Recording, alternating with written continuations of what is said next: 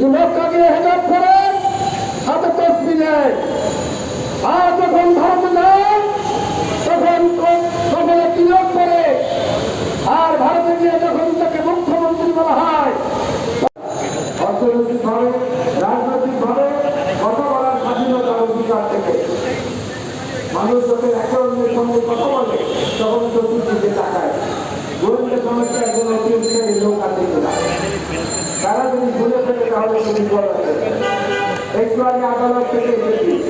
আদালতে আমাদের আইনজীবীরা দাঁড়িয়ে প্রায় 1 ঘন্টার মতো যুক্তিতর্ক দিয়ে বোঝানোর চেষ্টা করলেন যে মামলায় আমাদেরকে অপরাধী বানানোর চেষ্টা করা হচ্ছে সেই মামলায় জড়িত থাকার কোনো কারণ নেই। আমি তখন আমার শারীরিক চিকিৎসার জন্য ভারতে অবস্থান করছিলাম, সেই সময় মামলা দেওয়া হয়েছে এবং সেই মামলায় একটা অভিযোগ গঠন করা হয়েছে। অর্থাৎ রাষ্ট্রের যত প্রতিষ্ঠান আছে যেখানে জনগণের অধিকার, সেখানে আজকে আওয়ামী লীগের ব্যক্তিদের অধিকার তারা প্রতিষ্ঠা করেছে।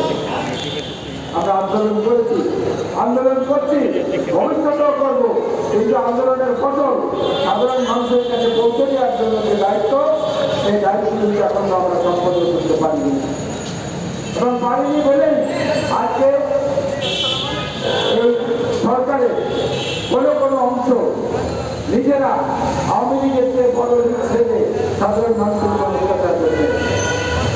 যারা হামলা হয়েছিল সে হামলার পর থেকেই দেখবেন যে জাতীয় পরিষদ সংসদের সদস্য যারা আমাদের সম্মানিত, আমাদের ভোটে নির্বাচিত হয়, সেই প্রক্রিয়া থেকে এই সরকার করে থাকে। এর পরবর্তী নির্বাচনে দেখেছেন ভোটারদের অবস্থা তারা কতটা উপস্থিত ছিল। 2014-তে আমরা দেখেছি, 2018-তে আমরা দেখেছি, সর্বশেষ 2024-তে আমরা দেখলাম।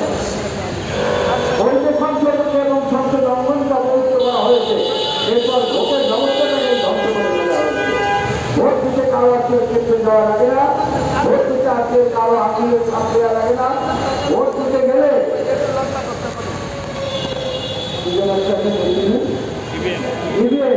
ইভিএমের কলকৌশল দেখিয়ে বাংলাদেশের সাধারণ মানুষকে বিভ্রান্ত করে ভোট কেন্দ্র থেকে তাকে ফেরত দিয়ে দেওয়া হয়।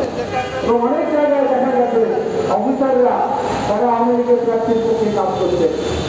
অর্থাৎ অনাচার, অনিয়ম, অত্যাচার এবং অসৎ কর্মকাণ্ড রয়েছে, সব কিছুতে পুরো দেশটাকে একটা গ্রাস করে ফেলার মতো অবস্থা হয়েছে।